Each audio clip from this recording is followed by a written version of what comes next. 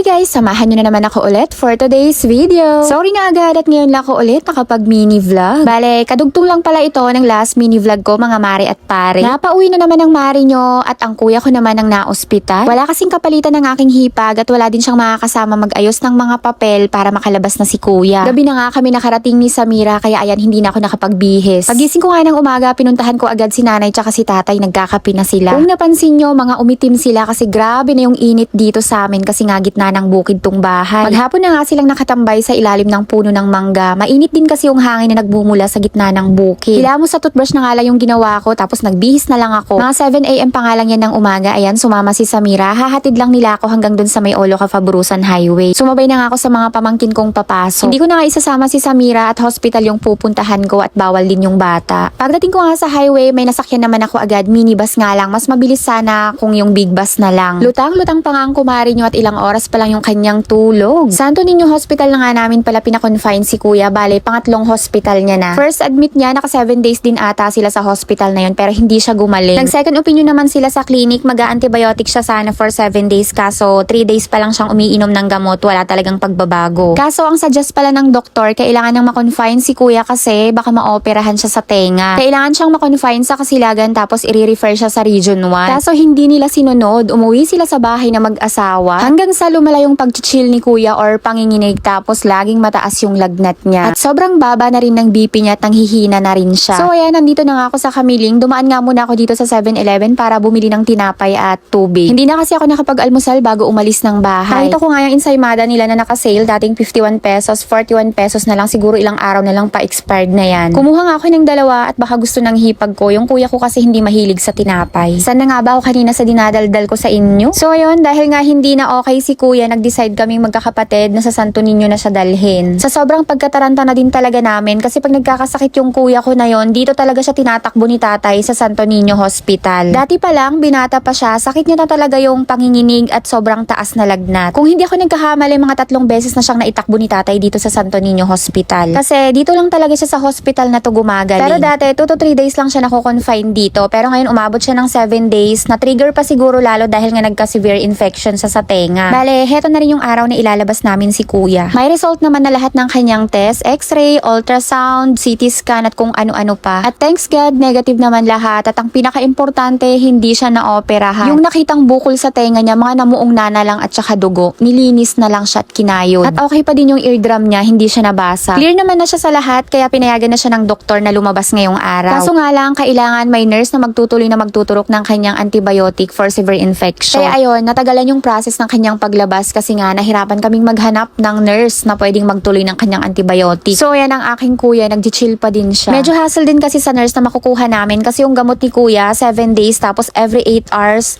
Tapos need pa ng nurse magstay ng 2 to 3 hours hanggang sa maubos yung gamot. Kaya ang last option, itatransfer na lang namin siya sa Kasilagan at doon ituloy yung kanyang gamot para hindi na din madagdagan yung kanilang bill. Dapat talaga hindi naman magtatagal si kuya sa ospital na to. Maagapan lang siya. Kaso siya na mismo ang nagsabi na ayaw niya nang magpa-transfer sa public. So ibig sabihin, malala talaga yung nararamdaman niya. Kaya hinayaan na namin na magstay siya dito. Buti na lang nag-chat yung pamangkin namin na nurse sa private yacht. Nagpresenta siya na siya na muna ang maging nurse ng kanyang tito. Kaya pinakancel na naman namin yung papel niya for transfer sa public hospital. Pinapunta nga ng hospital yung aming pamangkin na nurse para tignan yung kanyang license at para ma-instruct na din sa kanya yung ituturok na gamot kay kuya. Hindi ko na nga din siya na-videohan at naging busy na sa pag-aayos ng billing ni kuya para makalabas na din siya agad. Alas 8 na namin siya ng gabi na ilabas. Ayaw na nga din talaga niya magpa-transfer sa public hospital. Parang nagka-trauma na rin siya sa mga nurse na turok ng turok sa kanya. Buti na lang talaga at nagkataon na nandito sa Pilipinas ang aming pamangkin. Ilang days pa lang siya dito. Grabing panghihina ng kumari nyo dyan lalo nung nakita ko yung final bill nila, 95,000. Hindi ko pa nga napapasalamatan isa-isa yung mga nagbigay ng tulong kay kuya. Maraming salamat po sa inyo. Napakalaking halaga ng 95k pero nairaos. Tumulong din yung side ng asawa ng kuya ko. Nagbigay nga din ng tulong yung mga bayaw ko, kaming magkakapatid at yung mga nagmamahal naming mga pamangkin kay kuya. At mga pinsan, balang araw mapapasalamatan din kayo ng aking kuya at magpapalakas muna siya. Next namang po problemahin is yung gamot niyang napakamahal. Kailangan niyang matapos yung antibiotic niya for severe infection infection. Kasi yung time na yan, umaabot pa yung lagnat niya ng 39-40, tapos nag-hallucinate siya, tapos nag-chill siya ng matindi. Dahil yung infection niya sa tenga, malapit sa utak, kaya ganun. Yung second shot niya na gamot, dito na sa bahay nila itinurok ng aming pamangkin. Yung IV naman ni Kuya is hindi tinanggal, kaya yung dextrose na lang yung ilalagay pag tuturukan na siya ng kanyang antibiotic. Yun lang muna guys for today's video. Agyamanak! Bye!